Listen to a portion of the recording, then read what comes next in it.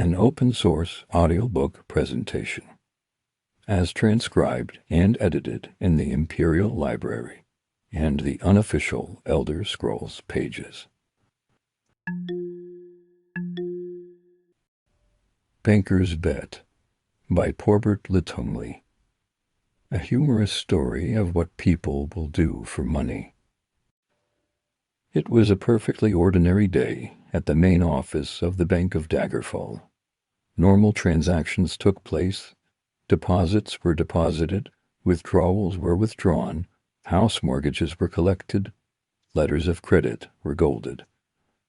When a teller named Clayton J. Whifflington saw the little old lady approaching him, dragging 2 large sacks, each nearly as large as her, he changed his mind. It was not to be a perfectly ordinary day at the Bank of Daggerfall, after all. "I would like you to take the 30 million gold pieces I have in these sacks and open me an account," croaked the little old biddy. "Certainly, madam," Whifflington said eagerly. He counted the gold in the sacks and found that it was 30 million gold exactly. "One moment, sonny," the little old lady chirped. "Before I open the account, I would like to meet the man I'm trusting it to. I'd like to talk to the president of the bank." Whifflington wanted the president to know that he was the teller who had taken the largest single deposit that year, so eagerly sent word to the president's secretary. As it turned out, the president was equally eager to meet such a wealthy woman, so the old lady was brought to his office that very day. "Pleased to make your acquaintance, milady. I am Jarender P. Bagleton," said the president, "Jarender P. Bagleton." "My name," said the little old lady, "is Pituva Smethworthy." That was, in fact, her real name. "Thank you for seeing me. I'd like to conduct my business in a more personal way." "I can certainly appreciate that," said Bagleton chucklingly. "It is an appreciable sum of gold. Would it be rude of me to ask how you came by it?" "Not at all," said Mrs. Smethworthy. "How came you by it?" asked Bagleton. "I'll let you guess," replied Mrs. Smethworthy, with a trace of unattractive, girlish flirtation. Bagleton was a man of enormous imagination for a banker.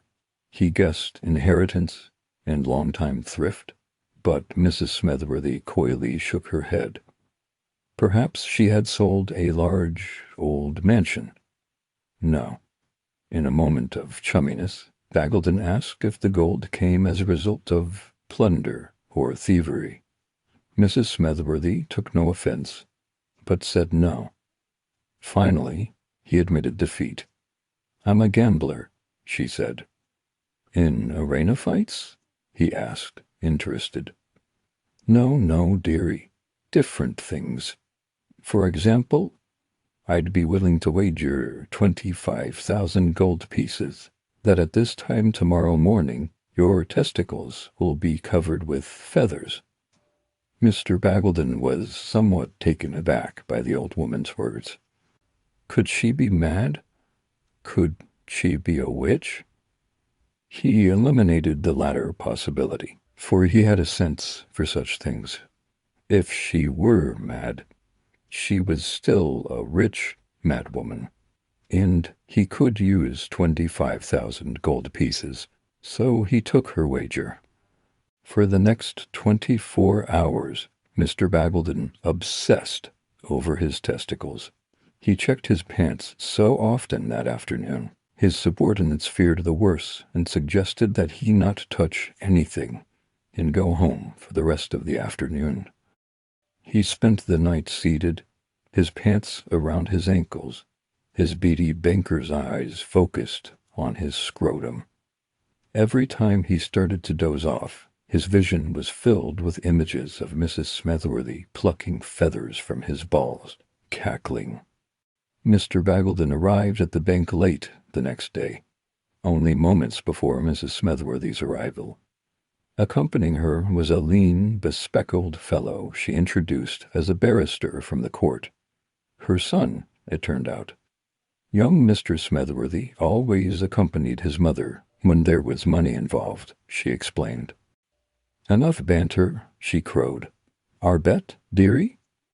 My dear, dear madam, I can tell you that your gold will be quite safe at the Bank of Daggerfall. I hope it will not cause you distress to discover that your gold will be safer here than in your own hands. My family jewels are quite, shall we say, featherless, and you owe me a sum equally 25,000 gold. Poor Mrs. Smethworthy's face fell when she heard this. Are you sure? Quite, madam. Not even one feather? Her voice suggested doubt. Mr. Bagleton could tell she thought he might be lying. Not one, I fear, madam. It's not that I don't trust you, Mr. Bagleton, but it is quite a lot of gold. Could I possibly see for myself? As he knew he was soon to be 25,000 gold pieces richer, and he was still a bit punchy from lack of sleep, Mr. Bagleton merely smiled and dropped his breeches to the floor.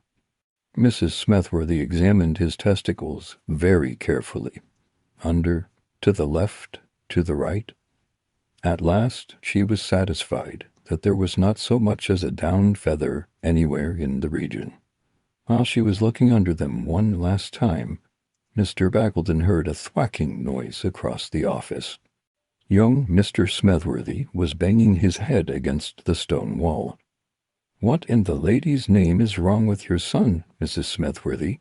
He asked. Nothing, dear, she said. I merely bet him 100,000 gold pieces that by this time I would have the president of the Bank of Daggerfall by the balls.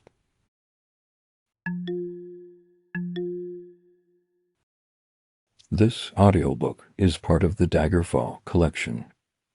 For other features in this anthology, visit the Red Library.